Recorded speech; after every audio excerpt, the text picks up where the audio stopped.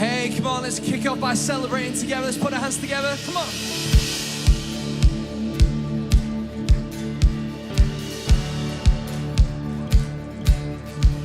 Oh, I was buried beneath my shame. Who could carry that kind of weight? It was my turn till I met you. Oh, I was breathing but not alive.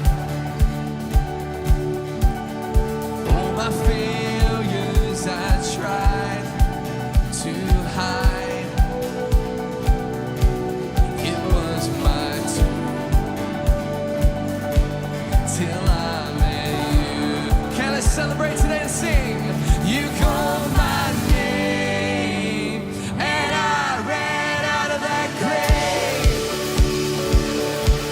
out of the darkness into your glorious day. You called my name and I ran out of that grave, out of the darkness into your glorious day.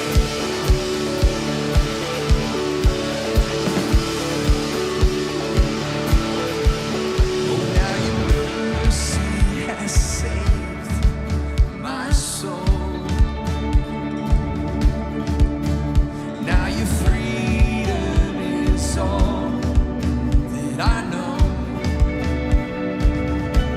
The old me knew Jesus when I met you. Yeah, you called my name and I ran out of that grave, out of the darkness into your glorious day. You called my name and I ran out of that grave, out of the darkness into your glorious day.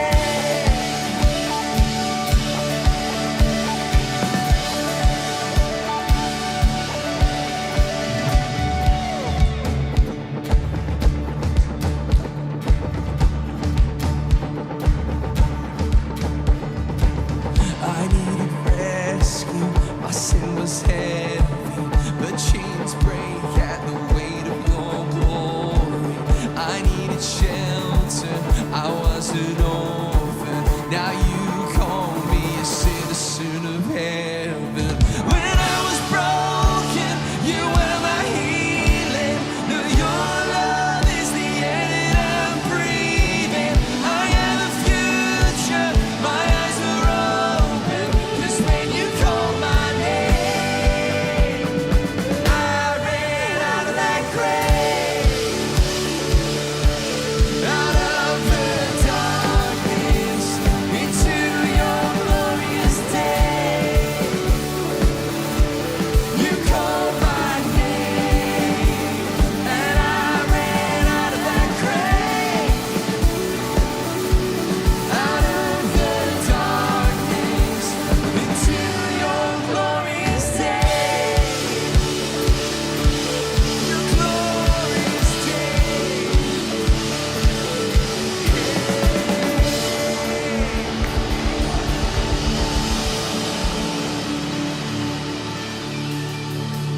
Good morning. Good morning. Good morning. What a glorious day. What a glory it is outside. It It's is. beautiful. We'd love it for you to take your seats.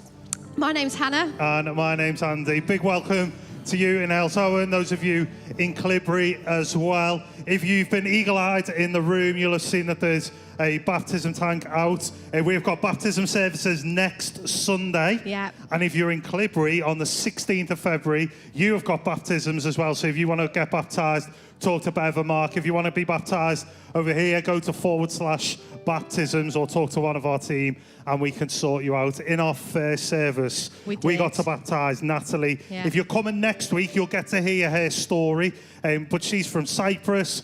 She watches online, as part of our online congregation, and was here. We got to hear some of her story about how it's been a really tough kind of few years for her with health battles with a brain tumour and cancer, and just how God has been present in all of that. You'll get to hear her story in full next week. Make sure you're about for that. But it's February, Hannah, isn't it? It is February. It's the 2nd of February.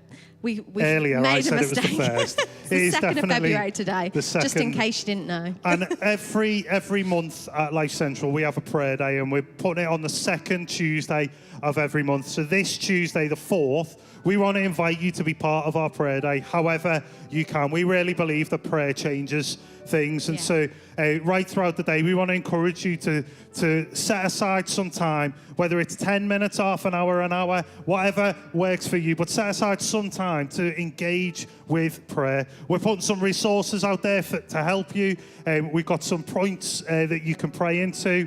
At 7:30 in the morning, Leon will be doing a live Facebook, but you can watch it at any time during the day.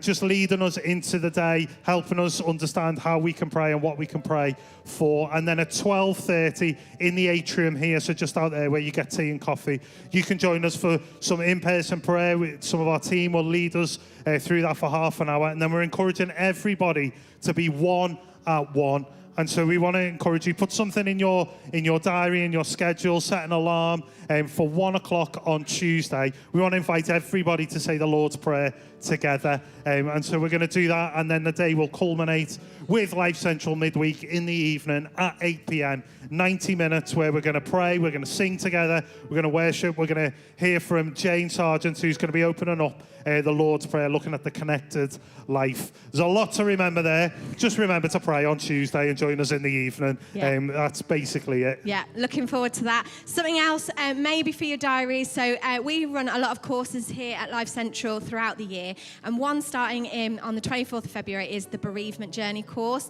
It's around a 7-week kind of course where we look at, obviously, bereavement and grief. So it might be that you lost somebody years ago, or it might be that you lost somebody to yesterday. Actually, this course might really help you to kind of journey through that bereavement. And it's not a faith-based course, so it doesn't matter whether you're a faith or not, you can come and engage with that. So that's the 24th of February. If you're interested, look at the website or talk to someone at our connection point. We'd love to see you there and journey that through with you. Absolutely. And in a few moments, we're going to sing again together. And I want to draw your attention in Halesowen to the sticker that's on the back of the chair in front of you, because that is a QR code that you can use at any time during our service. And that provides just a couple of links to help you make your next step. So maybe you want to get more involved in the life of the church, scan that and click on the appropriate thing. But in a few moments' time, as we sing our next song, we're going to give you an opportunity to give and partner with us financially in the life of the church. Now, if you're new to us, if you're a guest, if this is one of your first times with us, we don't want you to feel under any pressure whatsoever. But there is opportunity. If you call Life Central your home, then we want to give you that opportunity to give. You know, we wouldn't get to do what we do, to serve the community, to do what we do in Clibbury without the generosity of the people in our church. And so we're going to do that practically. If you want to give by cash, you can do so. There's going to be some buckets that come down the rows. Our hosting team will help you with that. If you don't want to give, that's absolutely fine. Just pass it on to the next person and make sure they give instead. I'm kidding. But we want to there's no pressure. We just want to give that opportunity and invitation to as we sing. Absolutely. So if you're willing and able, we'd love it if you could join us in standing. And this song that we're going to sing is called The House of the Lord. And this was actually written in the time of the pandemic. And it's like a reminder of, we often see the house of the Lord is a church.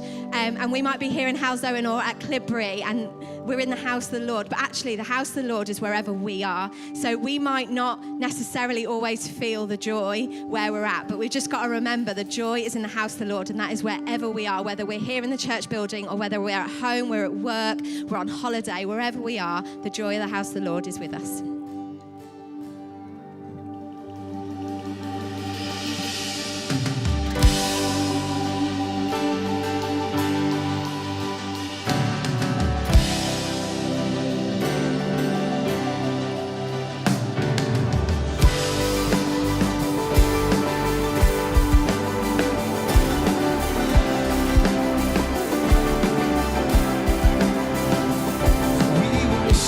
God who was, we worship the God who is, we worship the God who evermore will be.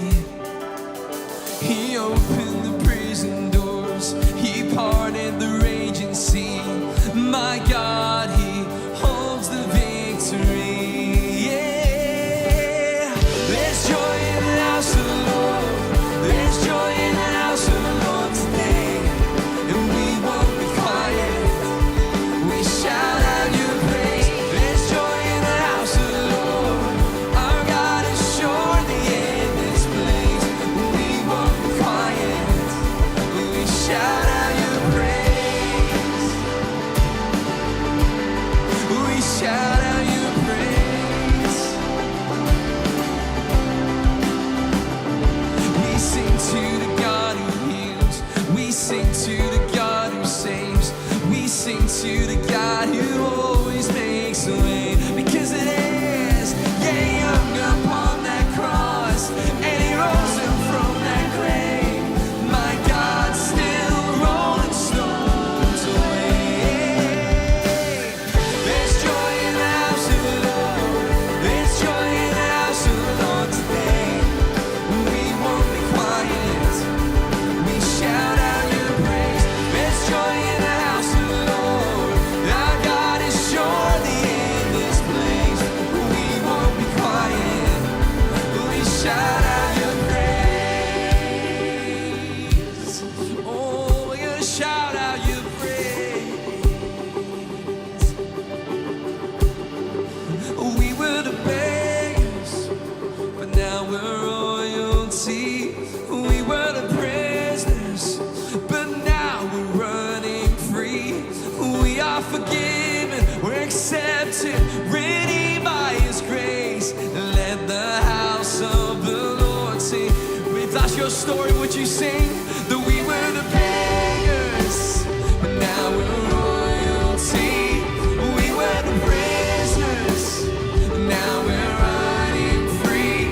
We are forgiven, accepted, redeemed by his grace. Let the house of the Lord sing praise.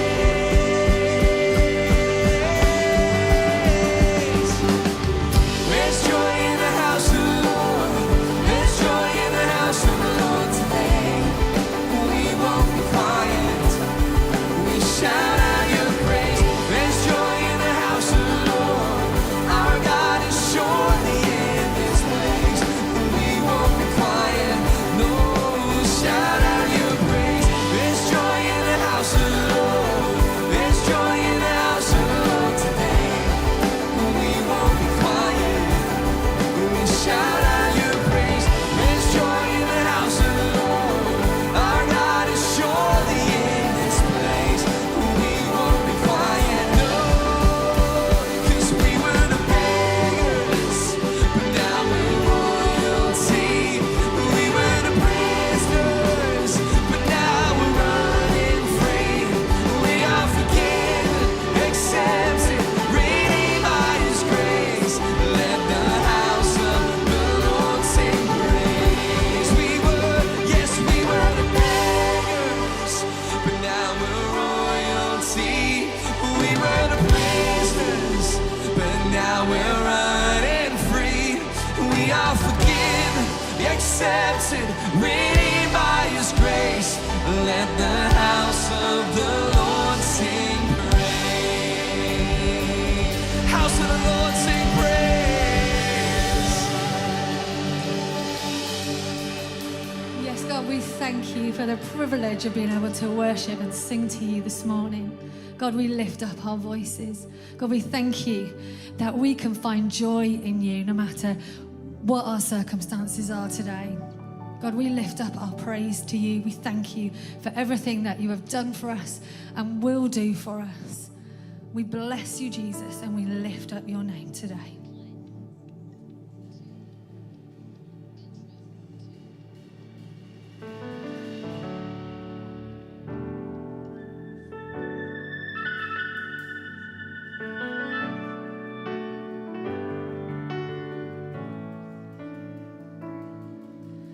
Blessed are those who run to him, who place their hope and confidence in Jesus. He won't forsake them. Blessed are those who seek his face, who bend their knee and fix their gaze on Jesus. They won't be shaken. Come on and praise the sing if you love his name. Come on and lift your voice with me. He's worthy of all our praise.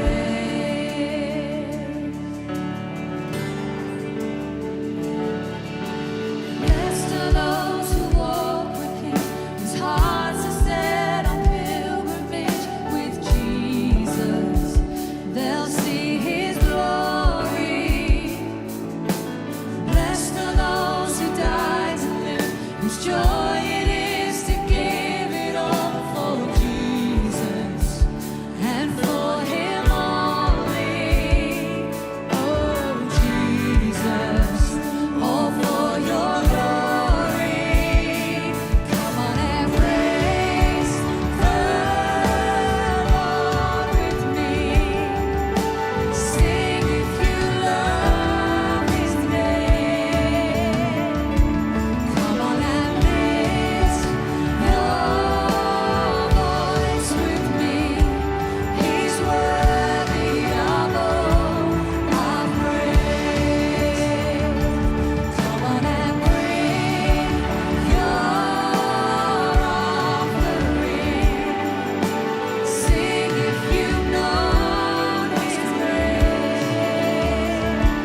Come on and lift up your holy hands. He's worthy of all our praise. Bless God in the sanctuary. Bless God in the fields of plenty.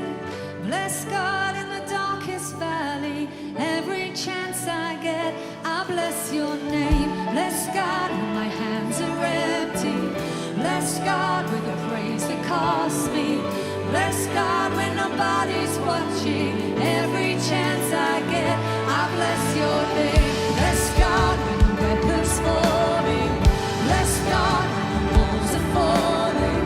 Bless God 'cause he goes before me. Every chance I get, I bless your name. Bless God for he holds the victory. Bless God for he's always with me. Bless God for he's always worthy. Every chance I get, I bless your name. Every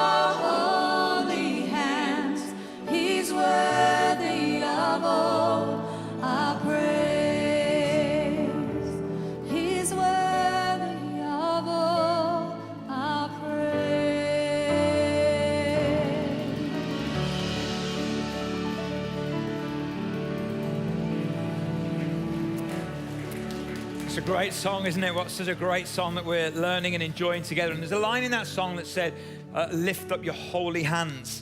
And if you're newer to this kind of church or newer to faith, you might be thinking, what's all that about? You know, and you might look around and people are lifting their hands up. But you know, people do that in all kinds of circumstances and situations. So like last night, I mean, this was painful. As a Villa fan, I was in Wolverhampton last night, all right? So that was painful, but I was at a concert with a friend of mine, part of this church, Carl McGregor. You've seen him singing. His band were doing a night of soul, Motown, and disco. It was amazing, 1,000 people there. Many of us had our arms in the air because it's a concert, and you're like lifting your hands. And at the football match, all the Wolves fans were lifting their arms up in the air. The Villa fans, not so much, okay? But we do that in life. We lift up our hands to celebrate. We lift up our hands to say, we love you, we're with you, we're for you. But we also lift up our hands sometimes in surrender, don't we? Sometimes in life we think, do you know what? I haven't got what it takes. Will you help me? And my little granddaughters often will run towards me and they'll put their arms up as well. They're not telling me I'm great. They're saying, pick me up, Daddy. Like mommy and daddy won't pick me up now, but I know that you will. And so that's what they do.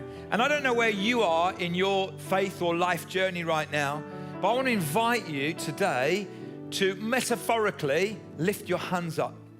Because when you lift your hands up to God, you're inviting God to move closer to you. And here's the thing I want you to know. God's already lifted his hands towards you. Ultimately, the hands of Jesus were spread out like that on a cross. That's God saying, my hands are open and my arms are up towards you. So wherever you are on your journey of faith or life, don't just put your hands in your pockets. Don't just fold your arms today. Lift your hands. God is a God who's already lifted his hands towards you. Let me pray for you for a moment. Father, I want to thank you so much that we can lift our hands. And Lord, this song has encouraged us that sometimes that's hard. It's a cost, it's a sacrifice, Lord, because we don't feel like it. But God, every time we lift you, God, you lift us. That's the amazing thing. That when we, even when life is tough, even when our hands are empty, even when it is in a valley, even when things are tough, God, when we lift you up, you have an amazing ability to lift us up in the process. So Lord, I pray that we would be people that always have our hands lifted to you, whether it's in celebration, whether it's in desperation, whether it's in surrender. May we be people who live our lives with open hands because you have opened your hands to us. And God, we love you for it. And now, Lord, as we hear what you want to say to us today, God, I pray that none of us would have our hands in our pockets or our arms folded, but God, we'd be open to hear all that you have for us. In Jesus' name, amen. Amen. Why don't you take your seats, everyone? And if you've not met me before, my name's Leon. I'm the lead pastor here. And I want to say a massive welcome to those of you in Clibbery. We are super excited that you're having a baptism in a couple of weeks' time. And like Andy and Hannah have said, we've got a baptism here next Sunday. And we had a baptism this Sunday at the first service. God is doing something. And we're excited about it. In fact, Andy said at the first service that Natalie, who got baptized, she lives in Cyprus. And Andy did tell everyone else that he was willing to go out to Cyprus and to help her get baptized and maybe set up Lifecentral Cyprus. Anyone want to join up for that? Lifecentral Cyprus. Yeah, you see, you're all excited now, aren't you? Well, let's join up. Anyway, we're not doing that. So we are in our final week of our Good Life series. We've been looking at the Sermon on the Mount, which is 2,000 words, the collection of the greatest hits of Jesus, the greatest teaching of Jesus that we see in Matthew 5, 6, and 7. We also read bits of it in the Gospel of Luke as well. And we started off by asking a question, where is the good life? Because we all want to live the good life. Whether you're a person of faith today or not, you want to live a good life. And is it down this road or the other road? And so we go chasing after the good life down the popular road or the wealthy road or the healthy road. And Jesus says it's on none of those roads that you'll find the good life. He says it's on the narrow road. And we've been looking the last few weeks about what that life looks like. So in week 1, we looked at this idea that it was the blessed life. And you get the Beatitudes, blessed are those. And blessed are those. Jesus is saying this is when you're happy. That word blessed literally means happy. And then in the second week, we looked at the purposeful life. You and I are created on purpose for a purpose. We're meant to be salt in a decaying world and light in a dark world. And then we looked in week 3 at the righteous life. What does it mean to live right? not just before God, but before each other as well. And that was a tough week, if you remember. And then last week, we looked at God's antidote to worry and anxiety, which is trust. What does it mean to live the trusting life? And we use that analogy of the ball that represents the worry and anxiety that grips us, and releasing that ball into the glove, into the hand of God. And then on Tuesday, this Tuesday, in midweek, we're going to look at the connected life. And Jane will do a great job, I know, looking at the Lord's Prayer. So if you want to read ahead, go to Matthew 6 and read the first part. Because Jesus talks about praying, he talks about giving and asking and seeking and knocking. And in there is the Lord's Prayer, and that's the connected life. But as we finish the series, I want to go right to the end of the Sermon on the Mount and look at a theme which is really important, whether you have faith or not. And it's this question: the secure life. The good life, I believe, contains the secure life. And the reality is, every single person on planet Earth wants to feel secure. In fact, decades ago, a guy called Abraham Maslow, who's a psychologist, he developed something called Maslow's hierarchy of needs. Some of you will know it, it's very famous. It's like a triangle, and at the bottom, the broadest one, right at the bottom, is physiological needs. Every human being needs physiological needs. We need air, water, and food. The next one up, the next most important thing he asserts is before you get to self-actualization and self-esteem and goals and all that stuff, was safety. The need to know we are safe and secure is vital to the human experience. Whether you have faith or not, we need security in our life. But I don't know about you, but I think our world is a pretty insecure place to be right now, don't you? In fact, it has been over the last few years, you know, like a growing sense of financial insecurity and political insecurity and instability. And maybe in your health, you're going through a thing where actually there's no security for your health. Maybe in your family, it feels like there's nothing solid to put your feet on. And then, of course, we've had unprecedented natural disasters as well. In fact, I did a bit of research on this. We have had more storms in the last couple of years than for a long, long time. And they reckon maybe it's to do with climate change and all that. But when storms come, that sense of security and stability gets threatened, because storms are indiscriminate, right?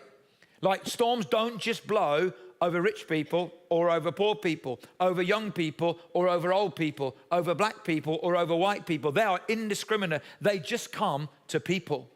So whoever you are today, there's a question inside of you that's asking, how can I find the secure life? And I'll respond by our title, which is this: you're one choice away. And you are one choice away from the best decision that you'll ever make. Now, if you're not a person of faith, in other words, you've never said yes to Jesus, you've never invited him into your life, you've never surrendered your life to him, I am going to give you an opportunity to do that at the end of this talk. At the last service, many people did that, which is brilliant. And I'm going to give you an opportunity as well. But before we do that, I'm going to take you on a little trip to Bible college. How many of you excited about that? Both of you. Yes, some of you are thinking, can I get out? Now, we don't talk like this very often in this church, okay? Because we don't like just using big words for the sake of it. And hopefully I'm not doing that today. But I want to show you something which you only kind of learn at Bible college and stuff, which is in the Hebrew scriptures, okay? The way the Bible is constructed, there's certain literary devices that the writers use to make really important points. And one of those devices is this word, parallelism. Okay, which is quite hard to say at times, get my teeth stuck in there. Parallelism is this idea of having two ideas, stories or concepts alongside each other to compare and contrast, okay? And this is a technique that Jesus uses a lot. And in Matthew 7, we see it. Now, there are different kinds of parallelisms. There's the synonymous parallelism, that's the first one, which is basically a repetition to reinforce the idea. Okay? Then the one that's used the most is this one, the antithetical parallelism. Look, big words here today, isn't it? That's where you've got two different ideas that are laid alongside each other so you can compare and contrast. And then there's the synthetic parallelism, which is where there's a declaration of an idea, then there's other thoughts added to it which just reinforce that original idea. And now you might think, well, so what?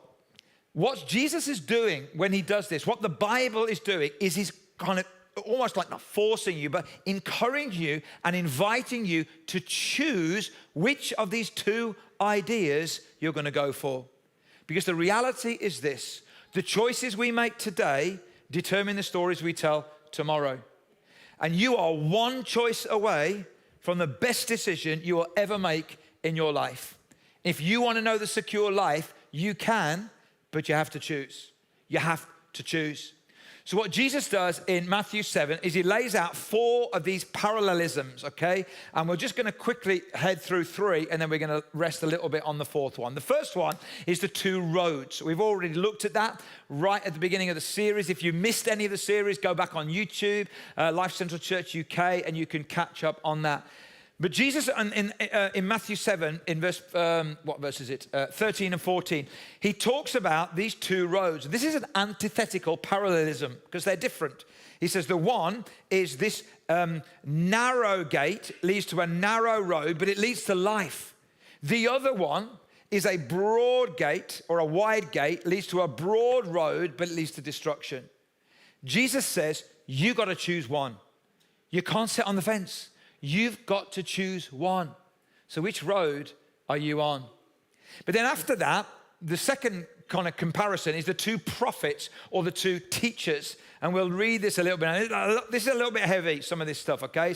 But hopefully you can cope with it. You can cope with it, can't you? Yeah, great. So here it goes. Watch out for false prophets. They come to you in sheep's clothing, but inwardly, and I hate it when there's a football reference, when I don't want there to be. There are ferocious wolves.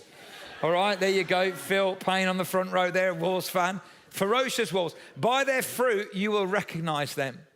Do people pick grapes from thorn bushes or figs from thistles? Likewise, every good tree bears good fruit, but a bad tree bears bad fruit. A good tree cannot bear bad fruit, and a bad tree cannot bear good fruit. Now, when Jesus is talking like this, they get it. Because it's an agricultural context. They understand trees and fruit. And again, antithetical is where these 2 opposites are laid together, and the invitation is you've got to choose which one you're going to go for. You see, a bad tree is going to produce bad fruit, so it's going to be a false teacher. A good tree is going to produce good fruit, so it's going to be a true teacher. You've got to choose which fruit you're eating, which tree you're picking from, which teaching you're listening to. Last week at the end of the service, a lady came to me, great woman in the church, and she's quite new to faith, quite new to us. And she's so hungry to learn, which is brilliant, and I love that.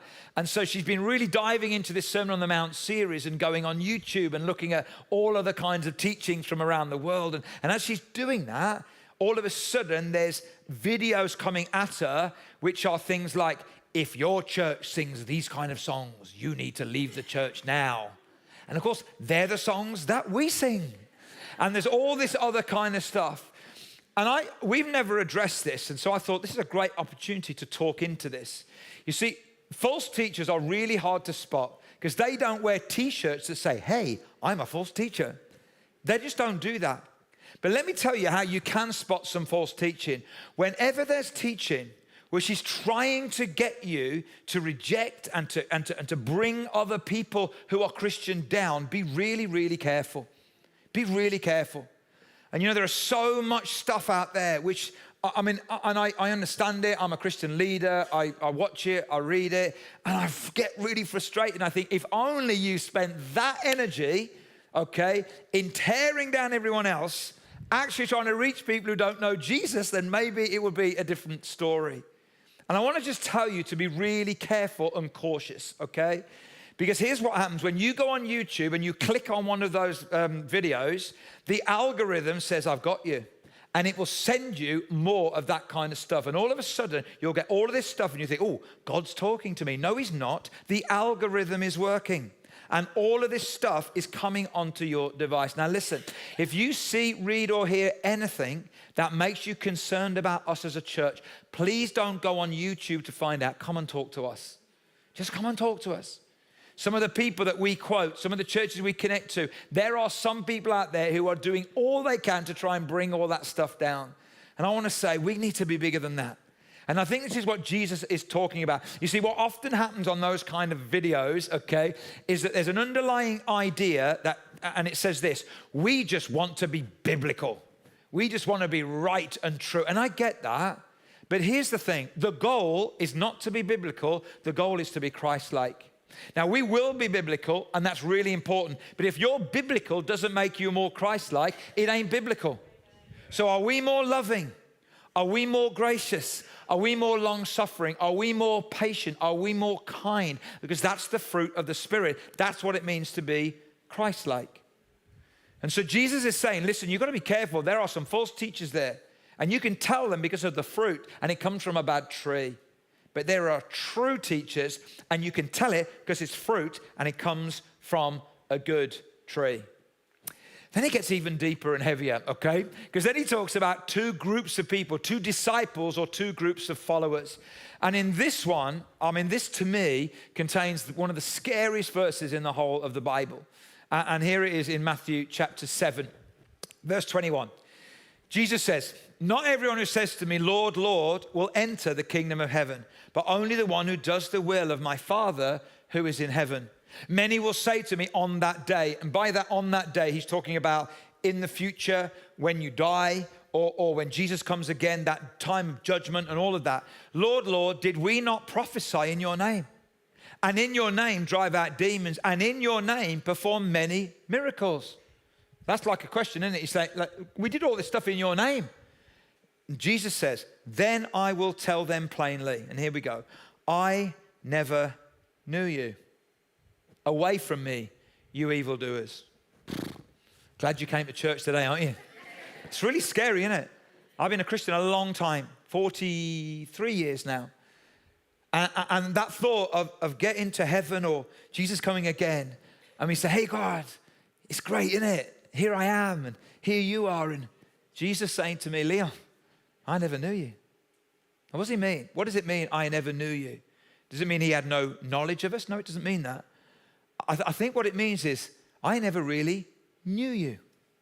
Like we never talked. We never walked. We never hung out together. You never told me what was on your mind and on your heart and what was bothering you. You never really asked for help. You never submitted and surrendered in those moments when I was inviting you to submit and surrender. You just did your own thing. And occasionally you added me in. But I didn't know you. Yesterday, at this event in Wolves, as I walked in, Dion Dublin was there. And Dion Dublin's a bit of a hero of mine. He used to play for Villa. And he's a friend of Carl's, who was the guy that from this church who was doing the event. And I could have said, oh, I know Dion Dublin, because he was there. I don't know him. I just know of him. And I wonder how many of us, if we're really honest, when it boils down to it, actually say, do you know what? I know a lot about this Jesus fella. But what about if Jesus said, but I never knew you? Because we didn't hang out. We didn't walk. We didn't talk. We didn't connect. You didn't tell me what was on your mind. You didn't share with me what was really bothering you. You didn't invite me into that situation. You just did it on your own. And then when you got in trouble, you just said, God, will you help me now? I never really knew you. And I don't think Jesus is saying it with harshness. I think he's saying it with love. I never knew you. This guy here, the 37th president of the United States, Jimmy Carter, passed away last year at the age of 100. Great story about Jimmy Carter, that when he was a young man, he was brought up in a Christian home, but when he was a young man, he listened to a preacher say this once. And the preacher said this, if you were put on trial and the charge was you're a Christian, would there be enough evidence to convict you? And it challenged him so much that he went away and he sought God and he thought, I go to church and I read the Bible and I do this, but does that mean that I'm really on the narrow road? Does it really mean that I'm in the good life? Does it really mean that I know you? And it so shook him and shaped him that for the rest of his life, he gave his life not just to be a president and do all of that he did, but actually to be a follower of Jesus on the narrow road. What about you? What about you? And then Jesus takes it to the final parallelism. And this is the one that we're going to dwell on for a little bit. And I've called it just the two builders. the two builders. And it's a really well-known story. If you've been around church a while, maybe you were at Sunday school, maybe you sang a song and that song's going through your head when I read this. I was going to do it, but Alison told me not to do it. She said it was too cringy, all right, because I tried it out on her, and she's probably right as well. Anyway, it says this, and I might do it now that we're not online. No! Therefore, everyone who hears these words of mine and puts them into practice is like a wise man who built his house upon the rock. Stop it.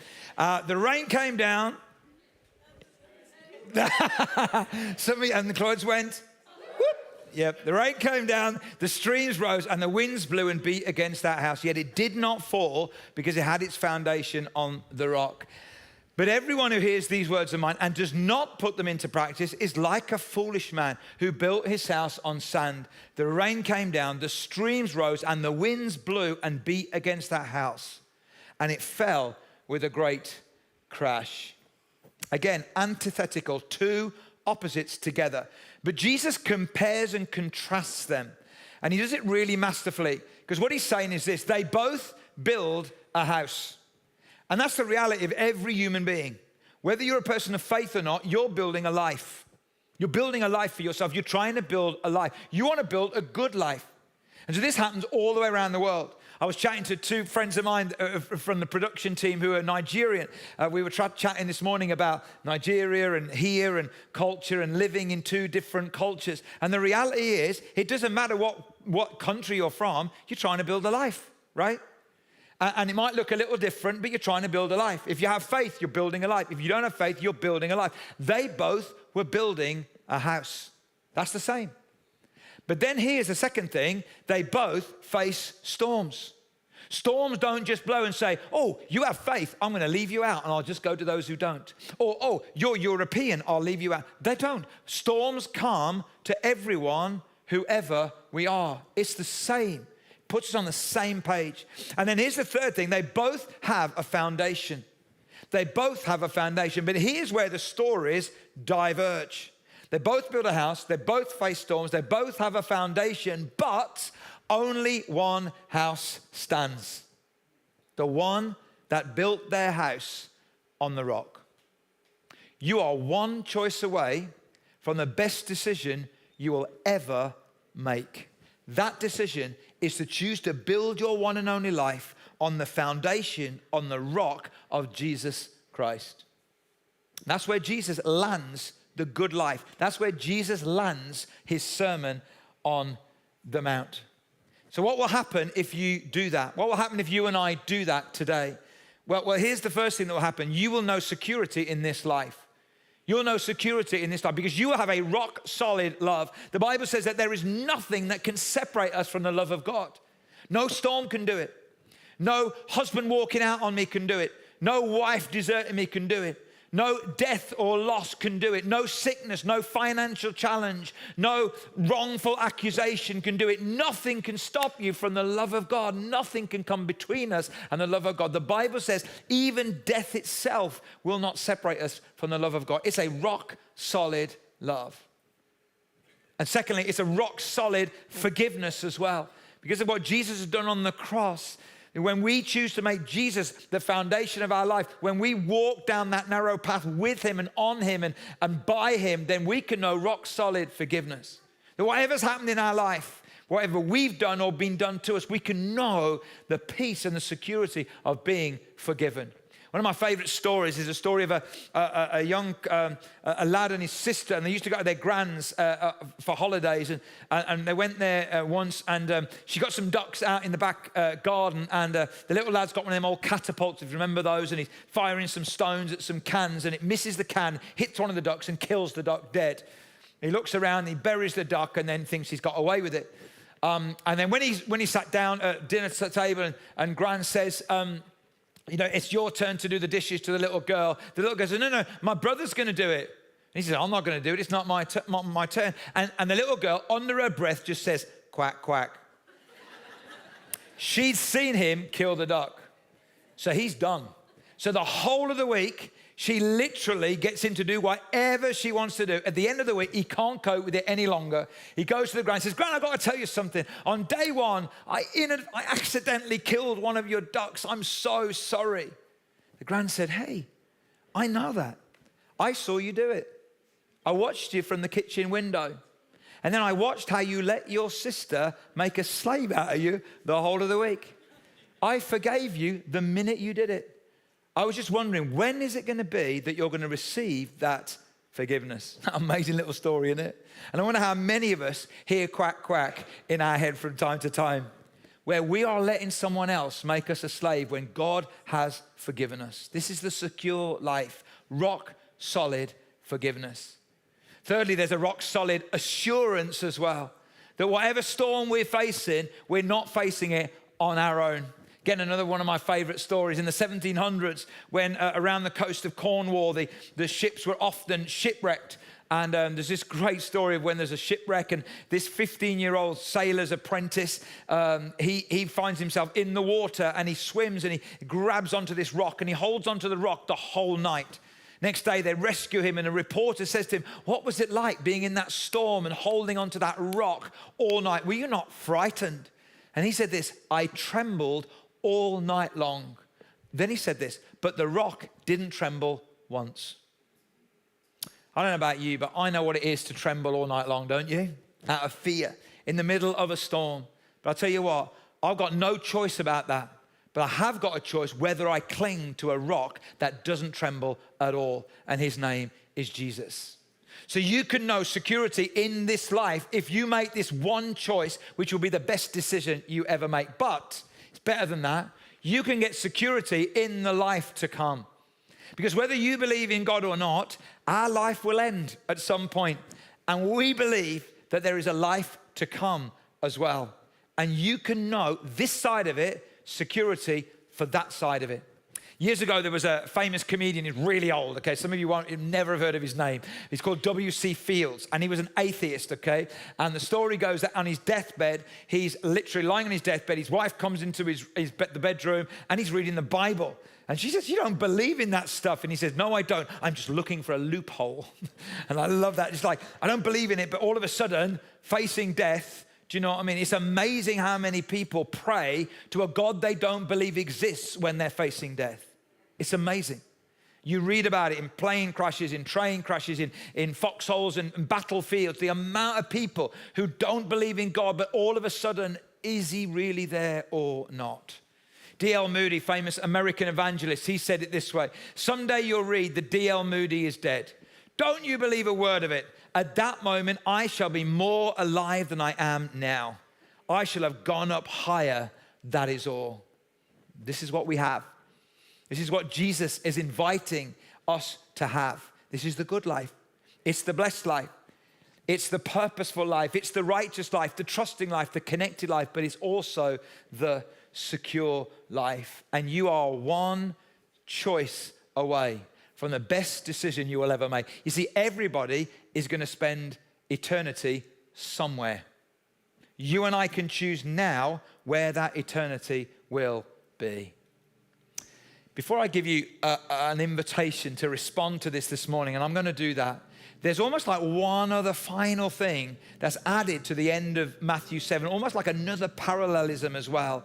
Matthew 7, and I'm going to read it from the Message, which is a new translation of the Bible, so kind of a paraphrase. It says, when Jesus concluded his address, the crowd burst into applause. They had never heard teaching like this. It was apparent that he was living everything he was saying.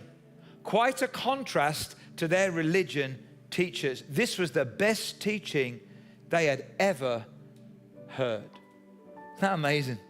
It's like, here's a whole bunch of people talking about stuff, and here's Jesus not only talking about it, but living it out.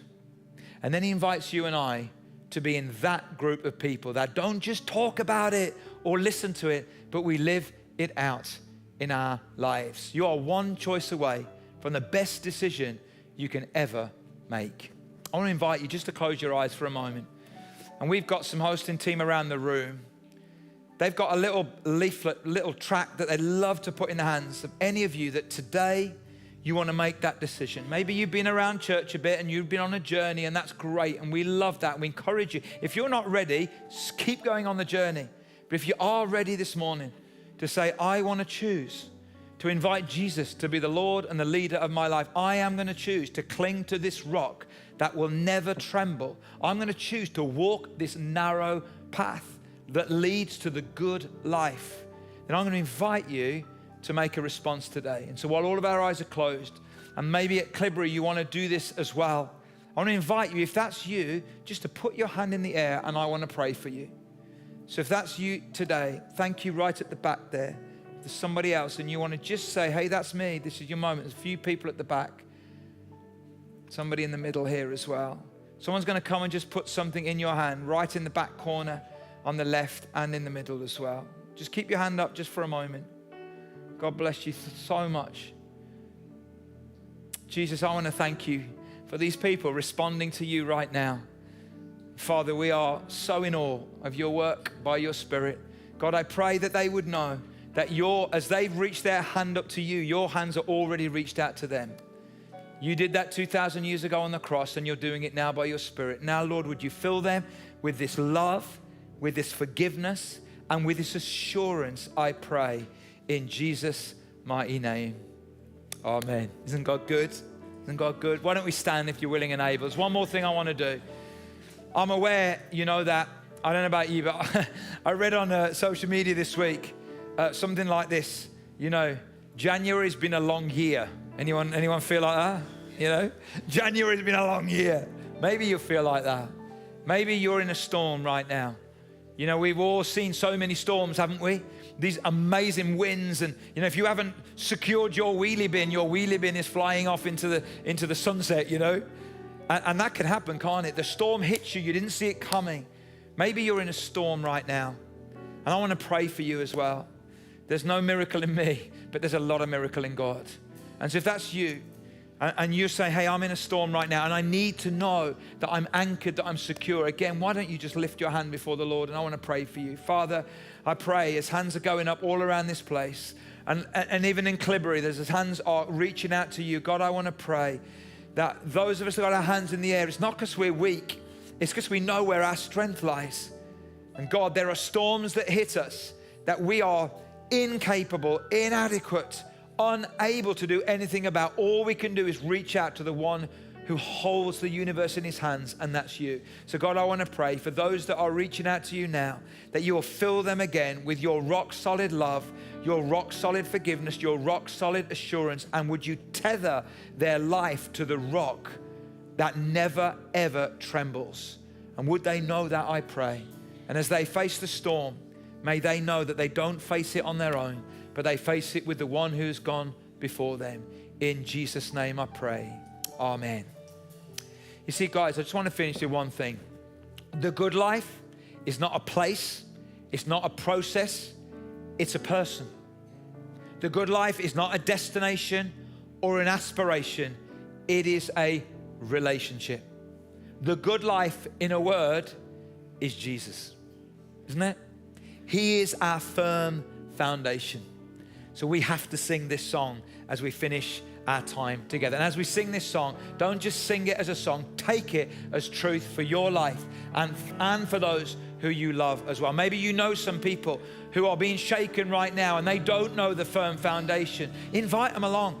Invite them next week to the baptisms there. Hear stories of people who've chosen to make Christ their firm foundation. Invite them to come with you, that they would experience and witness that together as we go on that journey together. Let's worship and let's celebrate our great firm foundation.